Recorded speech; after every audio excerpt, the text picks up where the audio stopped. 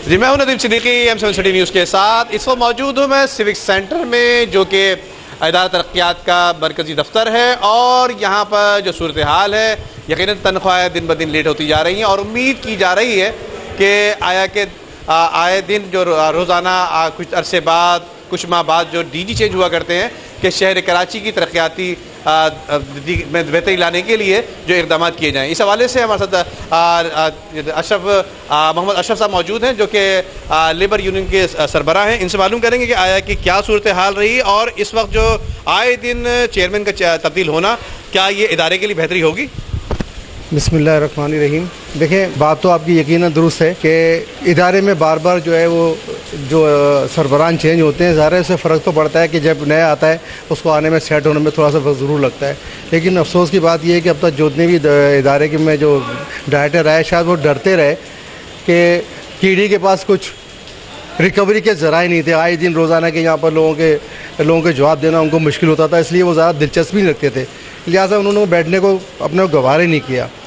अब मौजूदा जो डायरेक्टर जनरल साहब आए हैं, आसिफ इकराम साहब, इनका रवैया थोड़ा सा तब्दील है। इनकी ख्वाहिश ये है कि इदारे को मैं खड़ा करूँगा पैरों पर। बहुत अच्छी बात है, इनकी ये सोच है, इनकी पॉजिटिव सोच है।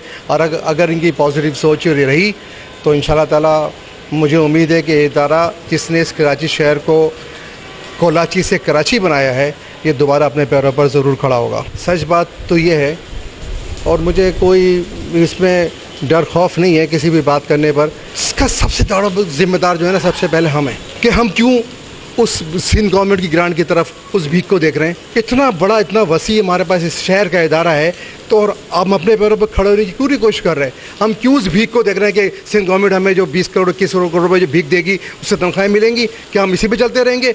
हम खुद खड़े होने की कोशिश क्यों नहीं करते? हम अपने ऐसी कमरों से निकलते नहीं हैं, हम कोशिश नहीं करते कि किस तरीके से हमको अपने एसेट्स हैं उसके ऊपर लोगों के कब्जे हो रहे हैं, कोई मशीनियाँ ज़ाया हो रही हैं, कुछ करने को हम तैयार ही नहीं हैं। जब तक हम खुद तैयार नहीं होंगे गवर्नमेंट बेचारी क्या करेगी। लेकिन इसके बावजूद भी गवर्नमेंट का खुसूसी तौर पे मुराद अली शाह साहब का, नासिर हुसैन शाह साहब का मैं बिल्कुल शुक्रगुज़ार हूँ। मुझे कोई कहने दीजिए कि जो उन्होंने इस वक्त KD के मुलाजमिन के साथ जो हमदर्दी लॉकडाउन में रखी, मैं समझता हूँ ये उनकी बहुत बड़ी मेहरबानी थी और आज तक वो मेहरबानी कर रहे हैं। और मेरी अभी 4 दिन पहले उनसे नासिर शाह से मुलाकात भी हुई। उन्होंने इस बात को वाज़ेह तौर पर ये कहा है कि मैं इंशाअल्लाह ताला इस KDA को जैसे 20-25 साल पहले होता था, मैं इसको उस सतह पर लेकर आऊँगा। देखिए, उसके लिए हुआ ये कि लास्ट जो वर्किंग डे थे लॉकडाउन से पहले, बड़ा अच्छा हमारा एक ऑक्शन हुआ और वो ऑक्शन से लग रहा था कि लोगों का कितना इंटरेस्ट है इस KDA के ऊपर, कि जो चीज़ हमें जिसकी उम्मीद नहीं थी उससे ज़्यादा हमें पैसे मिलने शुरू हो गए इस ऑक्शन के अंदर अच्छे आए। लेकिन अफसोस हुआ कि जब ये लॉकडाउन हुआ तो रिकवरी हमारी इसलिए रुक गई कि क्योंकि इनिशियल जो पेमेंट ली जाती है ऑक्शन के वक्त वो 10% होती है। वो 10% लेने के बाद जो बाकी जो पैसे लेने थे वो लॉकडाउन की वजह से वो क्लोज़ हो गए। तो एक हमारे पास है ना बड़ा एक परेशान कुन मरला ये लॉकडाउन की वजह से भी हुआ। अगर ये लॉकडाउन नहीं होता तो इंशाल्लाह जो KDA के जो वाजिबात थे खुसूसी तौर पे ऑक्शन की सूरत के अंदर, और मैं पब्लिक का भी बेइंतहा मशकूर शुक्रगुज़ार हूँ कि जिसने KDA के ऊपर इतना एतमाद किया कि 1 से 2 घंटे के अंदर जो चीज़ें बिक गई हमारी KD जो हमने दी थी, कुछ नहीं बचा। 100% हमारा जो था ऑक्शन वो कामयाब हुआ। आज से अगर आप रमज़ान में चले जाएँ, शुरू रमज़ान में, तो हर आदमी की ज़बान पर था कि 3 महीने से 4 महीने से हमको सैलरी नहीं मिली। हर तरफ ये था, रमज़ान आ गए, ईद पे क्या होगा, 3 महीने की 4 महीने की सैलरी हमारी चोरी हो गई। अल्हम्दुलिल्लाह रमज़ान के से लेके और ईद के फौरी बाद तक 3 सैलरियाँ और 3 पेंशनें उस सूरत में KDA के लोगों को मिली जब लॉकडाउन की सूरत में KDA की 1 रुपये की रिकवरी भी नहीं थी। अगर हमें सिंध गवर्नमेंट पैसे ना देती तो हम क्या कर रहे होते?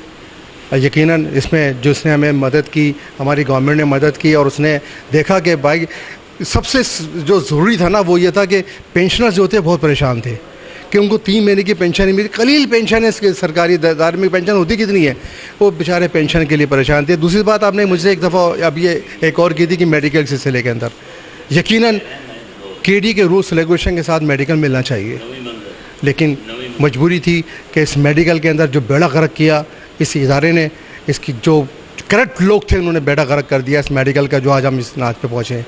यहाँ इस वक्त भी करोड़ों रुपए के बिल जो हैं वो पेंडिंग के अंदर है, लेकिन इंशाल्लाह ताला में वो बिल पेमेंट वो होंगे जो सही होंगे।